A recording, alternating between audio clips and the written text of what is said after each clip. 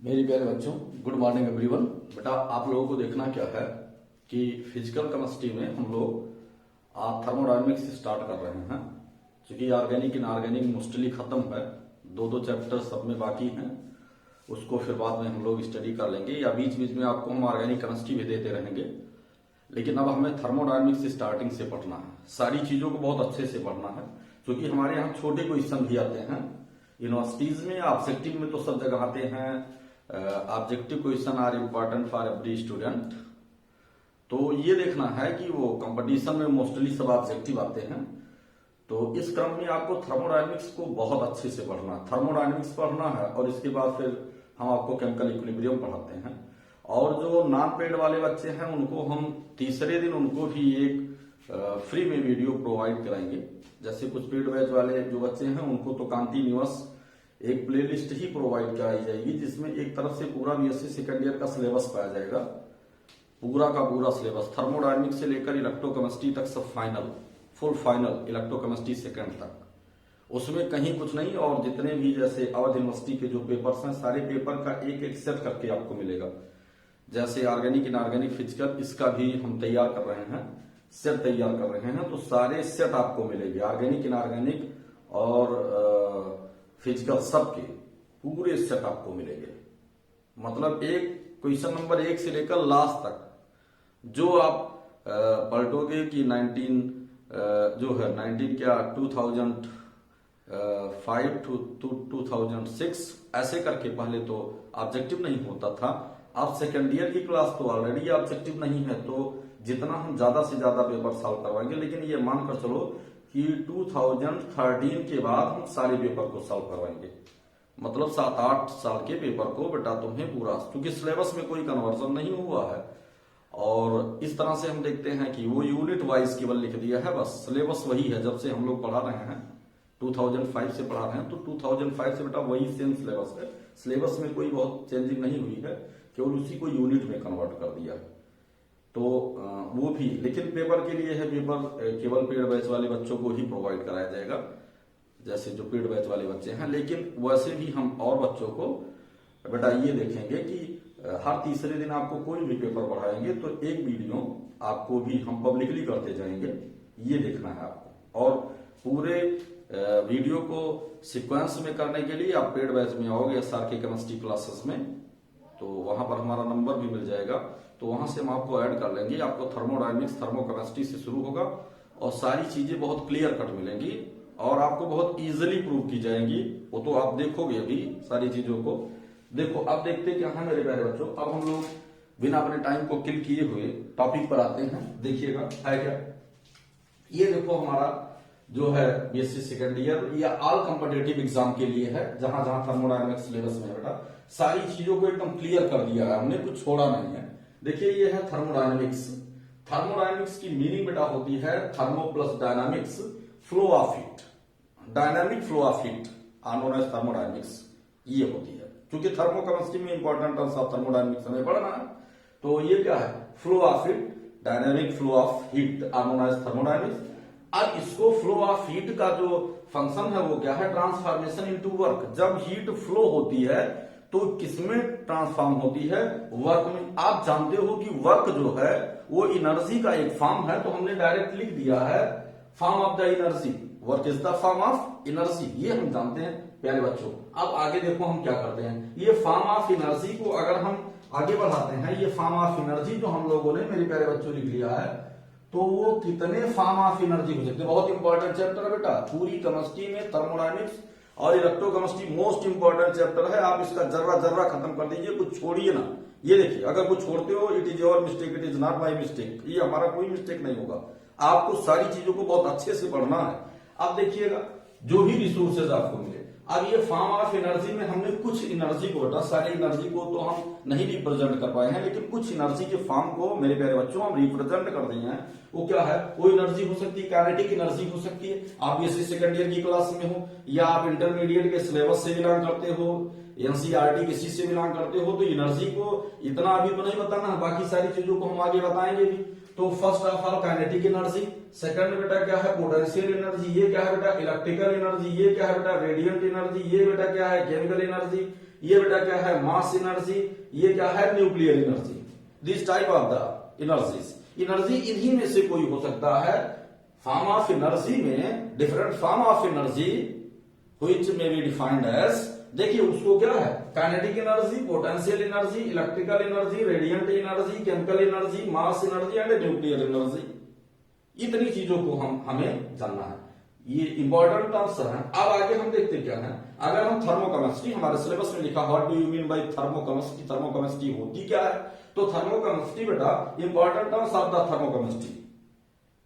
यहां पर हमारे लिए आवश्यक क्या हो गया कि हम थर्मोकेमिस्ट्री के या थर्मोडायनेमिक्स के इंपॉर्टेंट टर्म्स को पढ़ें। आप फर्स्ट यूनिट में फर्स्ट टॉपिक देखिएगा, एक एक को जर्रा जर्रा खत्म कर देंगे बेटा, कुछ बचेगा ही नहीं। ऐसे थर्मोडायनेमिक्स वगैरह जितनी फिजिकल केमिस्ट्री ऐसे पढ़ोगे जैसे जैसे कोई गेम खेल रहे हो, इस तरह से मौज मस्ती करते हुए आप थर्मोडायनेमिक्स की स्टडी करोगे, आपको लगेगा कि हम कोई मूवी देख रहे हैं और बहुत एकदम इंटरटेन करोगे। फिजिकल केमिस्ट्री के साथ तो आप 100% इंटरटेन करोगे, because physical chemistry most interesting chemistry, ये बहुत इंटरेस्टिंग केमिस्ट्री होती है। और इसका मार्क भी बेटा होता पूरा मैथमेटिक्स का नंबर होता है। अगर आपने 50 मार्क किया है तो 50 में 50 मार्क आपको एग्जामिनर प्रोवाइड करेगा।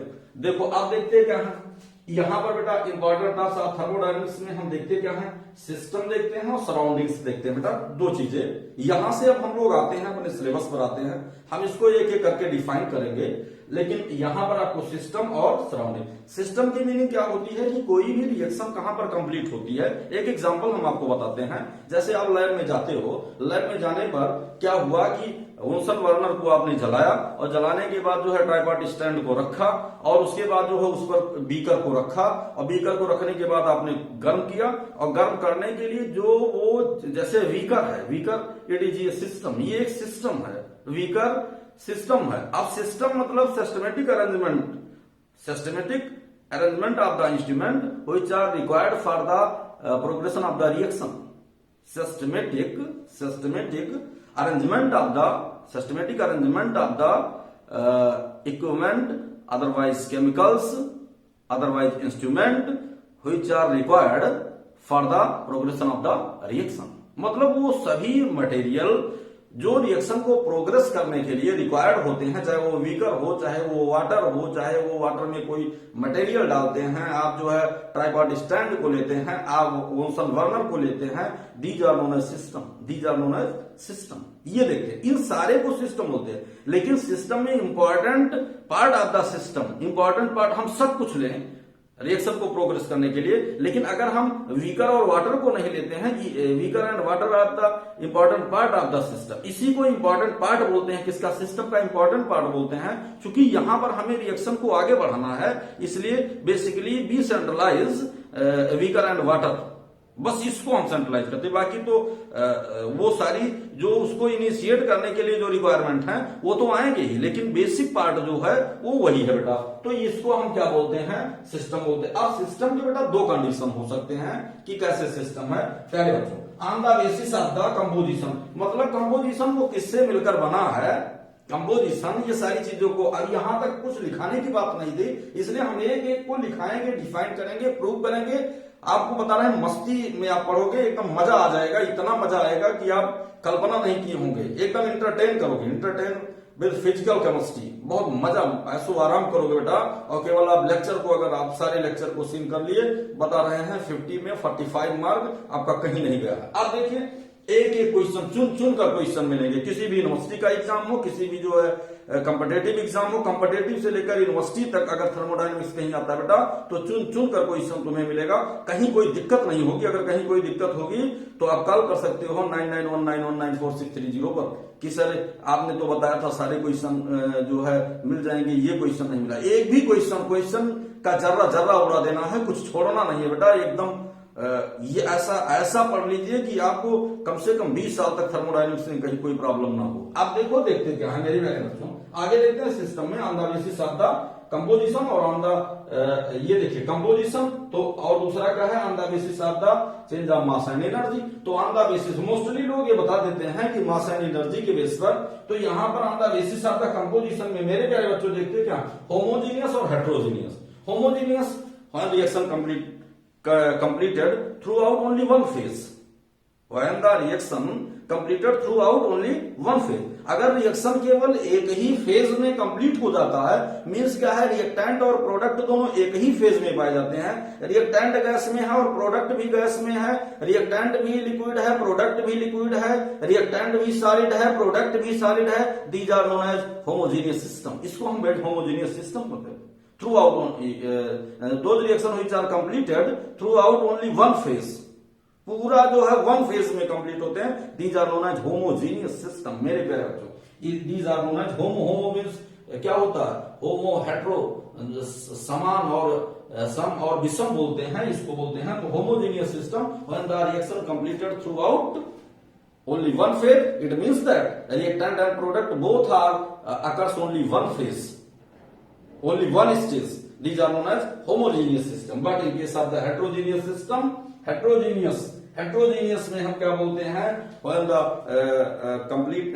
reaction completed more than one phases, when the reaction completed more than one phases are known as heterogeneous system. That is, ये है क्या, जैसे रिएक्टेंट बेटा दूसरे फेज में हो, रिएक्टेंट अगर लिक्विड हो, प्रोडक्ट क्या है, सॉलिड है। रिएक्टेंट अगर सॉलिड है तो प्रोडक्ट क्या है, लिक्विड है। रिएक्टेंट अगर गैस है तो प्रोडक्ट क्या है, लिक्विड है। इसका मतलब reactant not equal to product. यहां पर क्या है, यहां पर बेटा हम लिख देते हैं, थोड़ा सा आपको जानने के लिए मेरे प्यारे बच्चों हम लिख देते हैं, ये जो है यहां पर reactant equal to product on the basis of the किससे, फेज, सेम फेज में हो,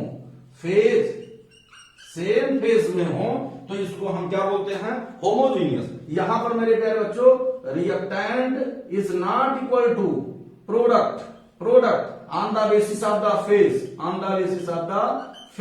then it is known as heterogeneous system. Phase के बेस पर अगर रिएक्टेंट प्रोडक्ट दोनों सेम जो है फॉर्म में नहीं होते हैं, it is known as heterogeneous system, it is known as homogeneous system. मेरे प्यारे बच्चों आगे देखो क्या है, on the basis of the change of mass and energy. तो मास एंड एनर्जी में बेटा क्या है, ओपन सिस्टम और क्लोज सिस्टम और आइसोलेटेड सिस्टम। ओपन सिस्टम में क्या है, हमने बीकर को रख दिया, इसको हम आगे लिखाएंगे। अब यहां से हम लोग इनिशिएट करेंगे, यहां से बेटा हम आगे इनिशिएट करेंगे, आगे वाली क्लास में हम यहीं से इनिशिएट करेंगे। ये तो सब इंपॉर्टेंट टर्म्स थे, इस पर कोई बात, ये इसको हम बताएंगे, इसको बताएंगे, इसको बताएंगे, इसको, ये तो अभी हम सराउंडिंग्स पर चलते हैं, बताते हैं।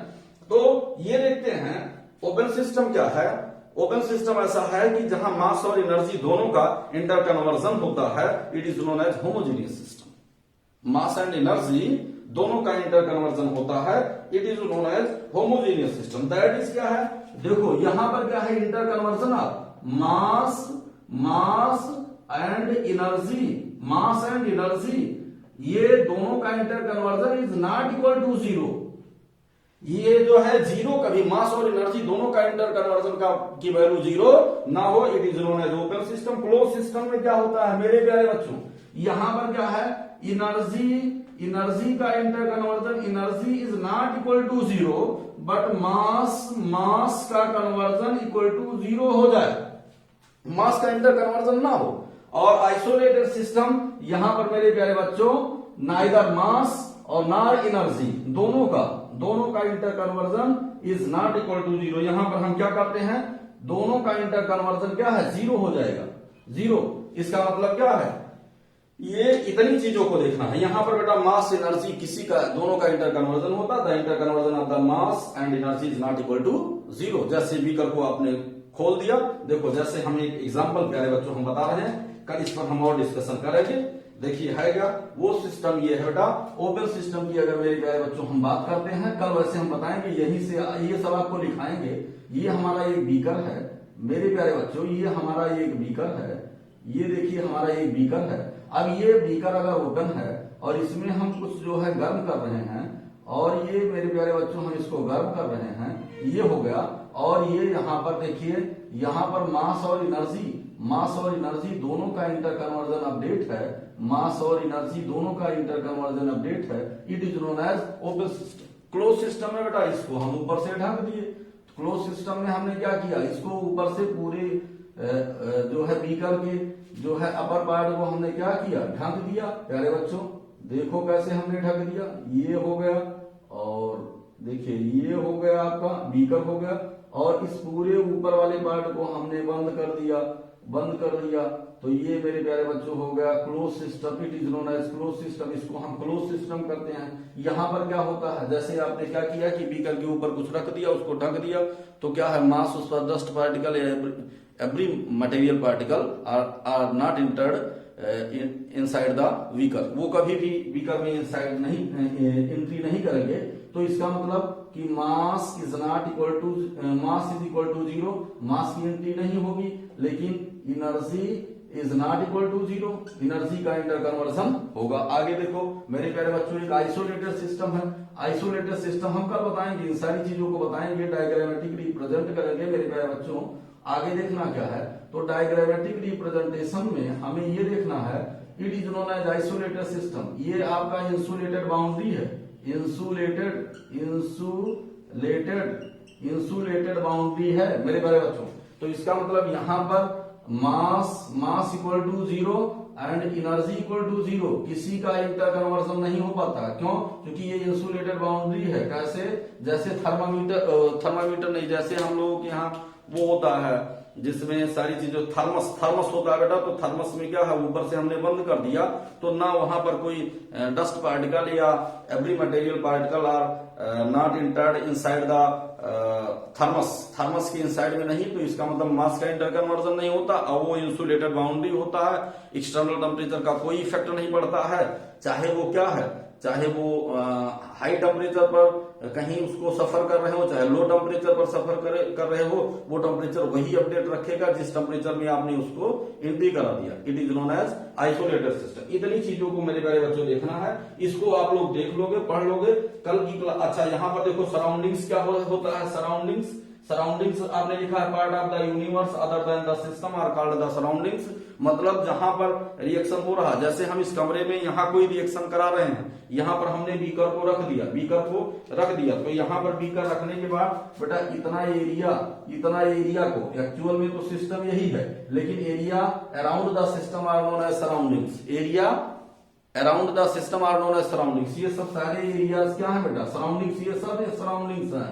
ठीक है, तो इसका मतलब आपने लिख दिया है part of the universe other than system are called the surroundings. System को छोड़ दो, पूरा ब्रह्मांड में कुछ भी हो, पूरा ब्रह्मांड सराउंडिंग्स है, लेकिन हमें उस सराउंडिंग्स पर ज्यादा डिस्कशन करना है जिस टेम्परेचर पर हम वर्क कर रहे हैं प्यारे बच्चों, जिस टेम्परेचर पर हम यहाँ वर्क कर रहे हैं। जैसे ठंडी का मौसम है, अब कोई नॉर्मल टेम्परेचर पर रिएक्शन को जनरेट कराना है, इस समय तो हमें नॉर्मल टेम्परेचर भी 25 डिग्री सेंटीग्रेड को मेंटेन करना पड़ेगा। तो इस तरह से, और रिएक्शन वो क्या है, वो 25 डिग्री सेंटीग्रेड पर अपडेट होता है, तो गर्मी में वो स्वतः हो जाता है, स्पॉन्टेनियस प्रोसेस हो जाता है। लेकिन ठंडी में हम 25 डिग्री सेंटीग्रेड तक हीट कर देते हैं, लेकिन हम लिखेंगे क्या, रूम टेम्परेचर ही लिखेंगे। तो इस तरह से हम देखते हैं कि आपको इतनी सी बात याद रखना है, part of the universe other than system are known as surrounding. System को छोड़ दीजिए, बाकी जितने भी पार्ट्स हैं these are known as surrounding. तो ये बेटा आप लोग ऐसे ही फ्लो चार्ट एक बना लीजिएगा, और कल की क्लास मेरे प्यारे बच्चों यहीं से हम लिखाना पढ़ाना सारी चीजों को देखेंगे। और जो नॉन पेड बैच वाले हैं मेरे प्यारे बच्चों, वो क्या करेंगे, हर तीसरे दिन उनको भी एक जो है फ्री में वीडियो हम प्रोवाइड कराते रहेंगे। कम से कम वो भी कुछ अपना पढ़ते रहें, लिखते रहें, और छोटे छोटे जो टेक्नोलॉजी हैं, फिजिकल केमिस्ट्री में हम ऐसी टेक्निक बताएंगे कि जो है कोई भी न्यूमेरिकल प्रॉब्लम हो, आप इमीडिएट उसको प्रूव कर डालिए, क्वेश्चन को पढ़ते ही आप आंसर बोल दीजिए, ये सारी चीजों को बताएंगे। तो आज की क्लास यहाँ पर खत्म करते हैं, कल फिर हम मिलेंगे। Thanks a lot everyone for sincerely watching my video.